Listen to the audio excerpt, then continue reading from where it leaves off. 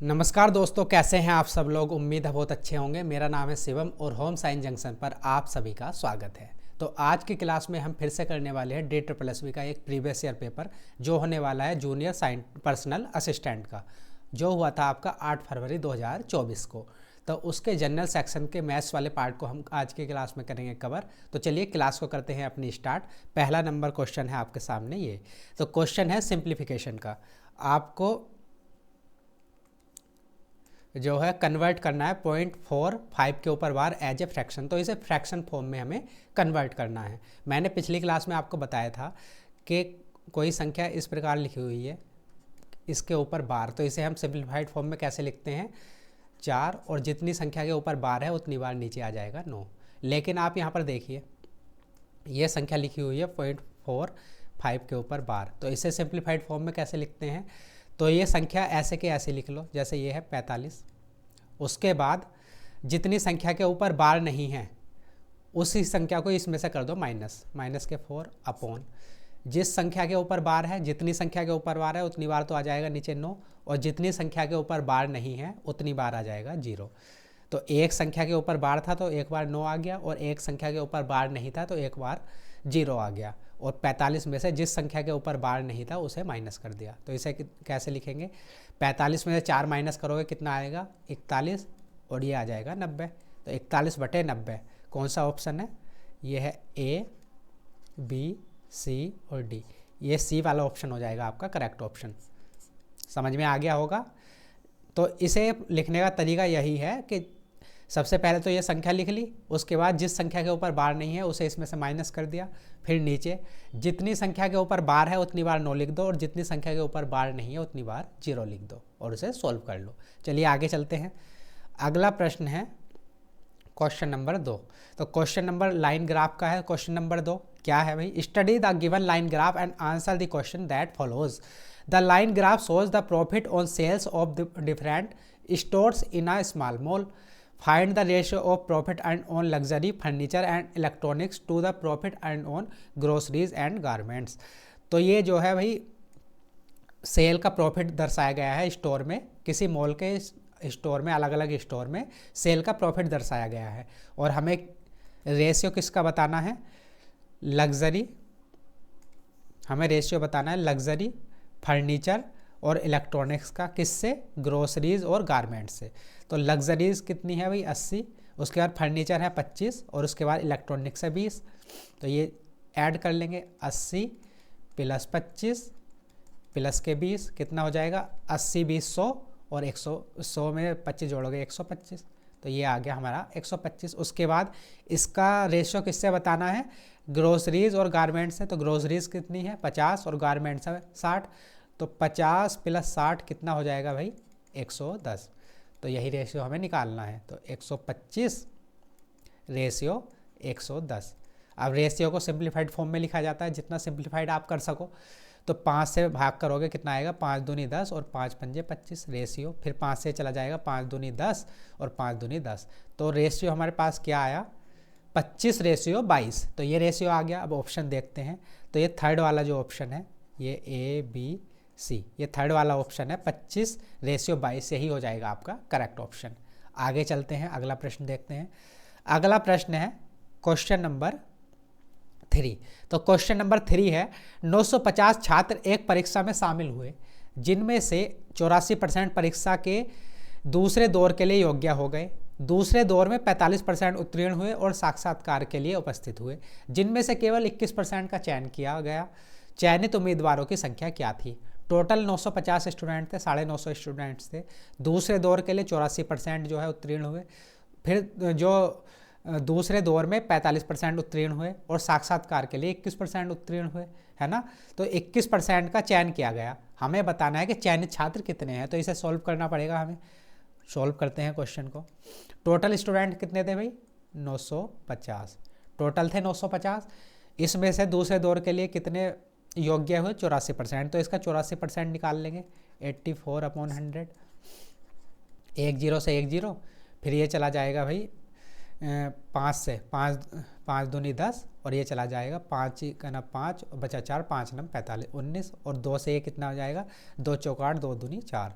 तो ये आ गया 42 और गुणा 19, तो 19 दूनी 38, 8 3 और 19 चौक 76, 76 और 3 79। तो 798 आ गए भाई ये क्या, जो दूसरे दौर के लिए पास हुए छात्र कितने आ गए, 798।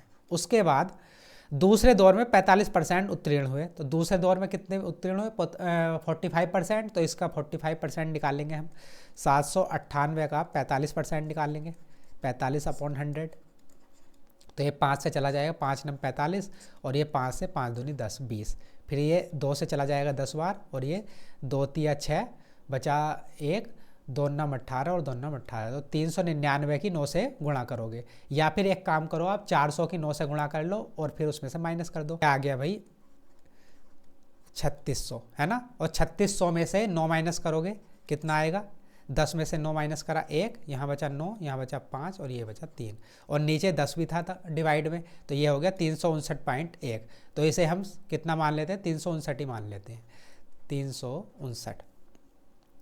उसके बाद जिनमें से केवल 21% का चयन किया गया, तो चयन कितने का किया गया, 21% का, तो 359 का 21% निकालना है, या फिर आप कह सकते हैं कि 359 को 360 मान लो अप्रोक्स, क्योंकि देखिए यहाँ पर 64 75 104 88 दूर दूर संख्याएं हैं, तो आप 359 को 360 मान लोगे तो आपकी कैलकुलेशन थोड़ी आसान हो जाएगी।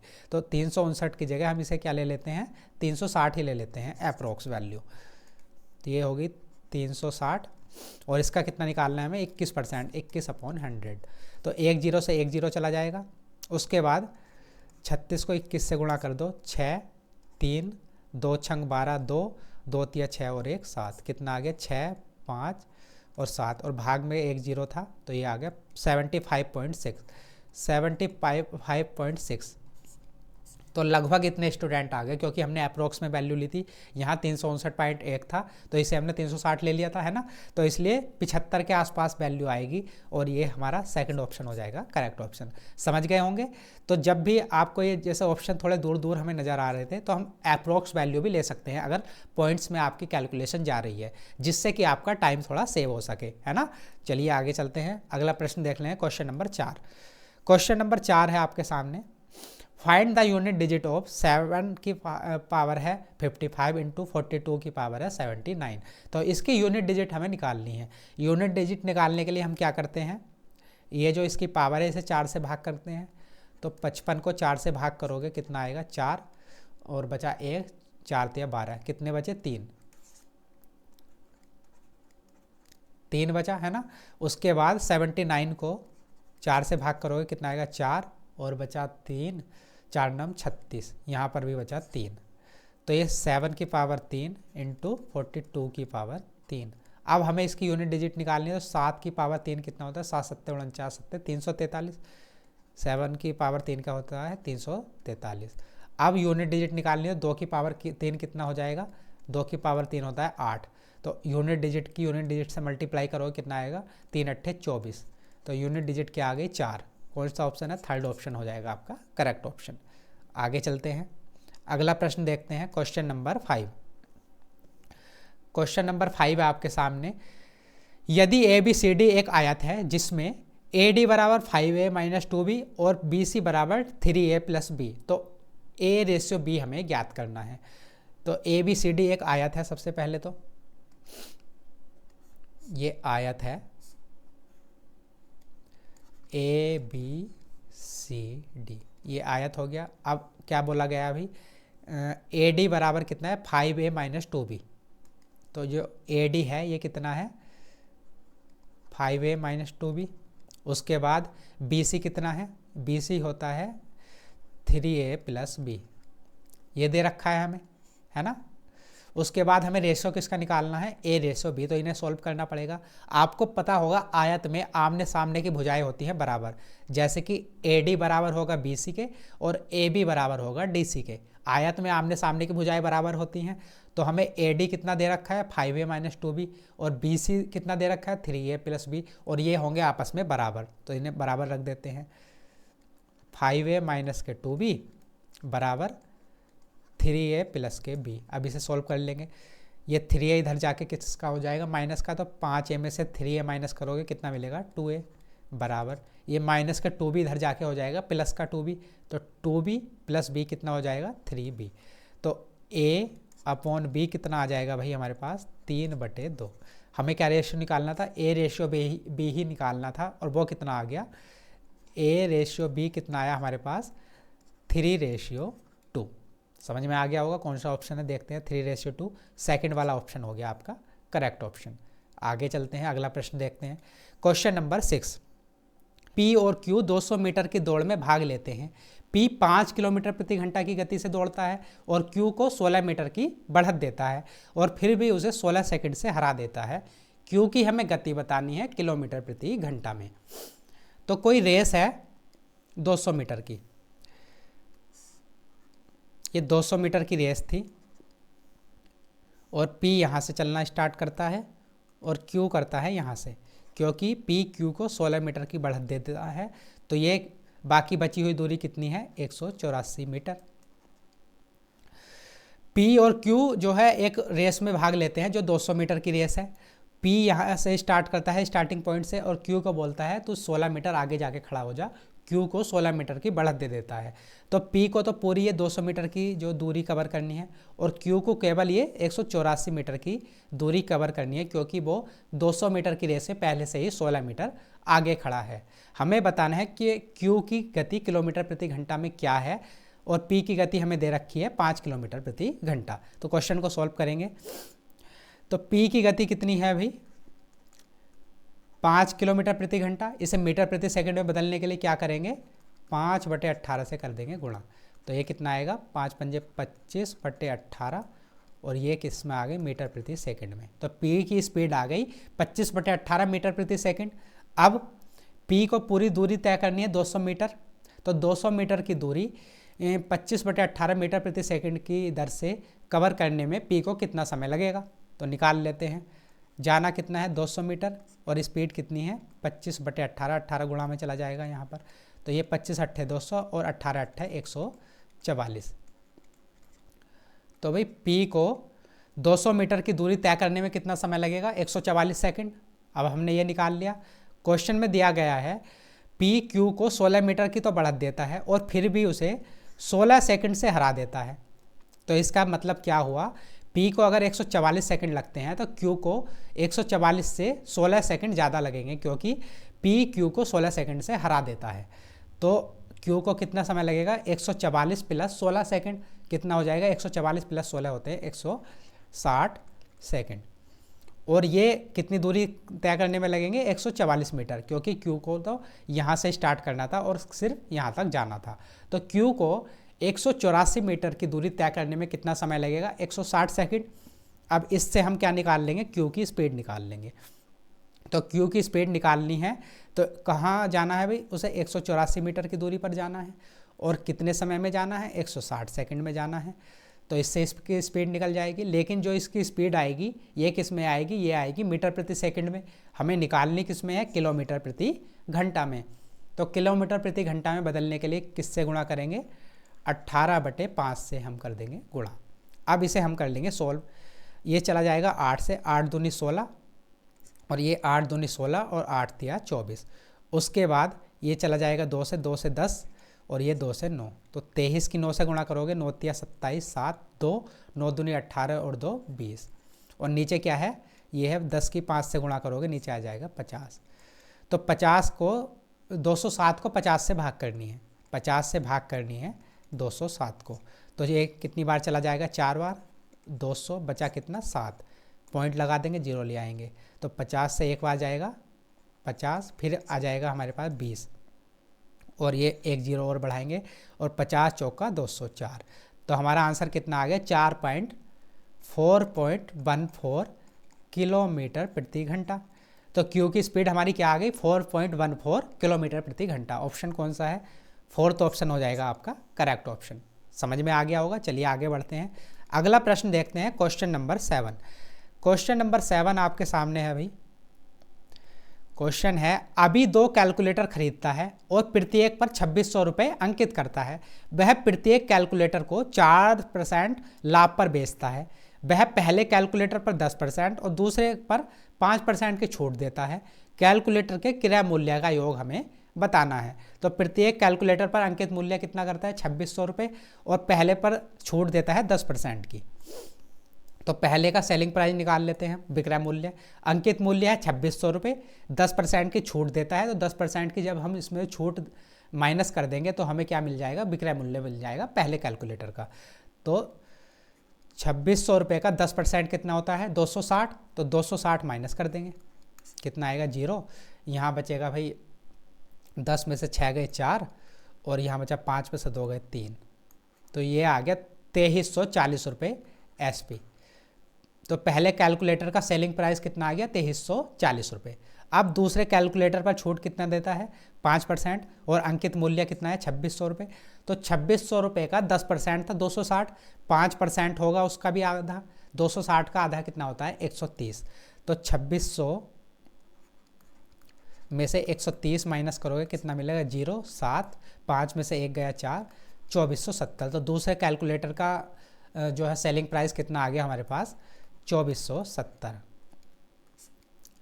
अब इन्हें जोड़ लेते हैं एक बार, 0, 7, 4, 11, 1, 4, 3, 7 और 1, 8, 2, 2, 4। तो दोनों कैलकुलेटर का सेलिंग प्राइस कितना आ गया 4810 रुपये, है ना। अब आगे क्या बोला गया है भाई,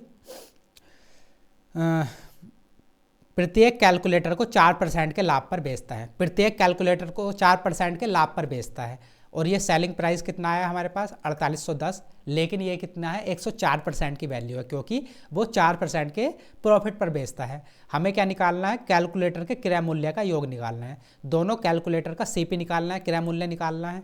तो ये तो है 104% की वैल्यू, हमें वैल्यू किसकी निकालनी है 100% की, है ना, क्योंकि क्रय मूल्य पर लाभ अगर हम जोड़ दें, क्रय मूल्य प्लस लाभ जोड़ दें तो हमें विक्रय मूल्य मिलता है, और विक्रय मूल्य में से अगर हम लाभ माइनस कर दें तो हमें मिलता है क्रय मूल्य। तो इसे सोल्व कर लेते हैं। ये 4810 जो है, 4810 किसकी वैल्यू है 104% की, क्योंकि 4% का लाभ होता है बेचने पर। हमें किसकी वैल्यू निकालनी है 100% की। अब ये किससे चला जाएगा 4 से, 4 दूनी 8 और 4 छंग 24 और ये चला जाएगा 25 बार। अब ये 2 से चला जाएगा 13 बार और ये 2 दूनी 4, 2 चौक 8 और 2 पंजे 10। अब ये 13 से भाग करेंगे, 13 से कितनी बार जाएगा 13 से 1 बार, 13, 10, 23 और ये बचा 11, तो 13 छंग 78, 13 सत्ते 91, 13 अट्ठे 104, 13 अट्ठे 104, बचा कितना भाई 6 और 13 पंजे 65।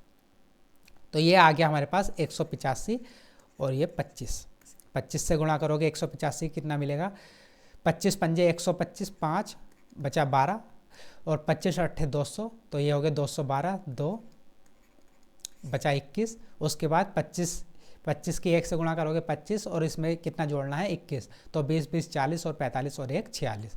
तो ये आ गया हमारे पास 4625। देख लेते हैं कौन सा ऑप्शन है, थर्ड ऑप्शन हो जाएगा आपका करेक्ट ऑप्शन। तो कैलकुलेटर के क्रय मूल्य का योग कितना आ गया 2625। उम्मीद है क्वेश्चन समझ में आ गया होगा। सबसे पहले तो हमने क्या किया, अंकित मूल्य दिया हुआ था और पहले कैलकुलेटर पर 10% की छूट थी, तो पहले कैलकुलेटर पर 10% की छूट निकाल ली हमने 2340। दूसरे कैलकुलेटर पर 5% की छूट थी, तो दूसरे कैलकुलेटर पर 5% की छूट निकाल के आई 2470। अब हमने इन दोनों को जोड़ लिया, वो आया 4810। तो दोनों कैलकुलेटर का विक्रय मूल्य मिलाकर कितना आ गया 4810। हमसे बोला गया कि भाई कैलकुलेटर को बेचने पर 4% का लाभ होता है, तो ये 4810 जो है ये 104% की वैल्यू है। हमें निकालनी थी क्रय मूल्य, दोनों के कैलकुलेटर के क्रय मूल्य का योग निकालना था, तो हमें 100% की वैल्यू निकालनी थी। तो 4810 बटे 104 गुणा 100, इसे सोल्व कर लिया और हमारे पास आ गया 4625। तो दोनों कैलकुलेटर के क्रय मूल्य का योग आ गया 4625। तो थर्ड ऑप्शन हो गया हमारा करेक्ट ऑप्शन। आगे चलते हैं, क्वेश्चन देखते हैं, क्वेश्चन नंबर 8। तो क्वेश्चन नंबर 8 आपके सामने है, 20 जोड़ी जूते 14,400 रुपये में बेचकर एक दुकानदार को 20% की हानि होती है। उसे 15,525 रुपये में कितने जोड़ी जूते बेचने चाहिए ताकि उसे 15% का लाभ हो। तो भाई 20 जोड़ी जूते कितने में बेचता है 14,400 में, तो 20 जोड़ी जूतों का सेलिंग प्राइस कितना है 14,400। अगर हमें एक जोड़ी जूते का निकालना है तो वो कितना हो जाएगा 14,400 को 20 से भाग कर देंगे तो ये कितना आएगा 2 सत्ते 14 2 दूनी 4 720 SP आ जाएगा एक जोड़ी जूते का। लेकिन 14,400 रुपये में बेचने पर दुकानदार को 20% की हानि होती है। तो 720 रुपये में एक जोड़ी जूता बेचने पर दुकानदार को 20% की हानि होती है। तो इसका मतलब क्या है 720 जो है ये वैल्यू किसकी है 80% की। अगर हमें इसका क्रय मूल्य निकालना है तो 100% की वैल्यू निकालनी होगी, क्योंकि 720 पर बेचने पर तो हानि होती है 20% की। तो हमें क्रय मूल्य निकालना है तो 100% की वैल्यू निकालनी होगी पूरी। तो ये 8 9 72, तो ये CP कितना आ जाएगा भाई 900 रुपये। एक जोड़ी जूते का क्रय मूल्य कितना आ गया 900 रुपये। अब 15,525 रुपये में कितने जोड़ी जूते बेचने चाहिए ताकि उसे 15% का लाभ हो। तो क्रय मूल्य है हमारा 900 रुपये, हमें लाभ कितने का कमाना है 15% का। तो 900 गुणा 15% का लाभ कमाना है तो हमें वैल्यू किसकी निकालनी होगी 115% की अपॉन 100।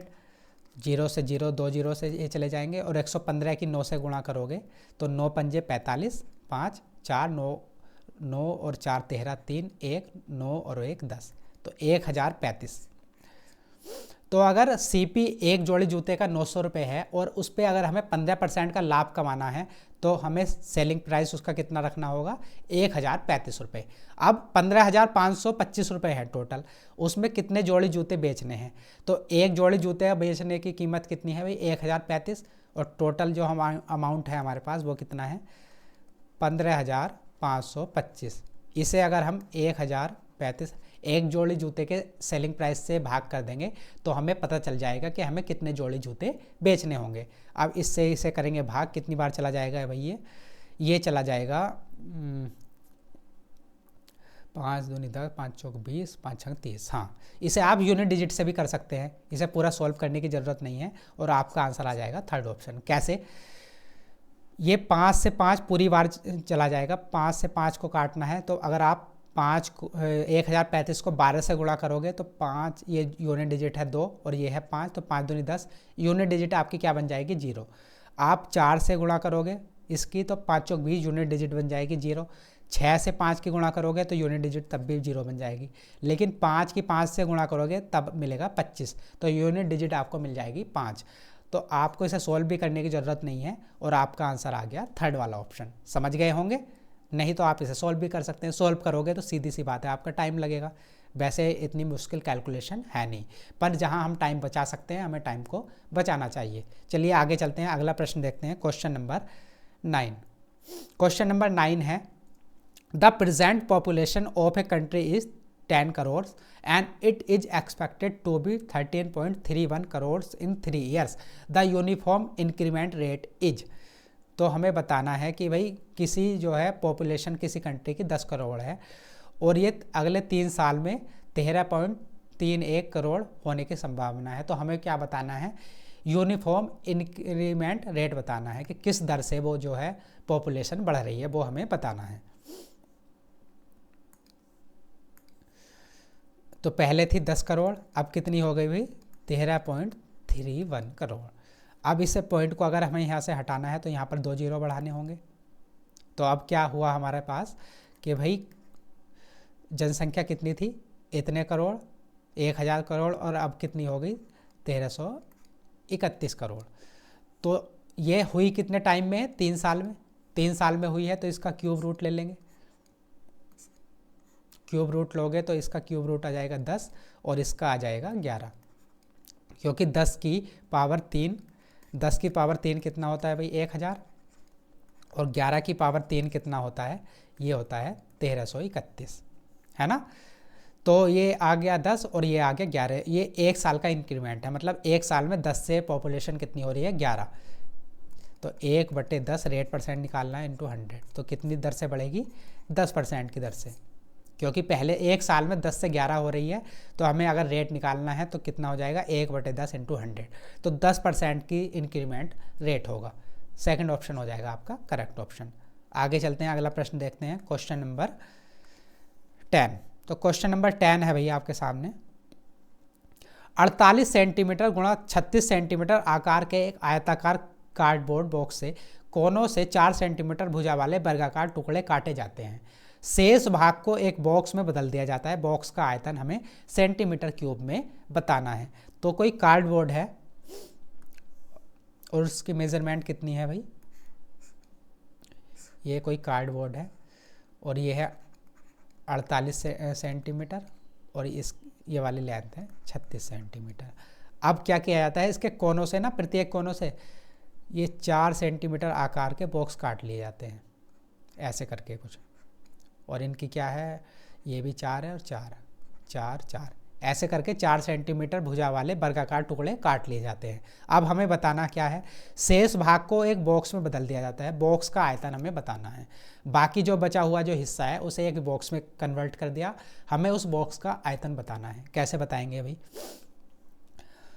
तो ये जो लेंथ थी पूरी, ये कितनी थी 48 सेंटीमीटर, तो 4 सेंटीमीटर तो यहाँ से कम हो गई और 4 सेंटीमीटर हो गई यहाँ से कम, तो लेंथ कितनी बची, लेंथ बची हमारी पास 4 - 4 8 40 सेंटीमीटर। ऐसे ही ये वाली पूरी दूरी थी कितनी 36 सेंटीमीटर, तो 4 सेंटीमीटर तो यहाँ कम हो गई और 4 सेंटीमीटर यहाँ कम हो गई, तो ये दूरी कितनी बची हमारे पास, ये बची भाई 4 4 8 6 2 हो गई 28 सेंटीमीटर।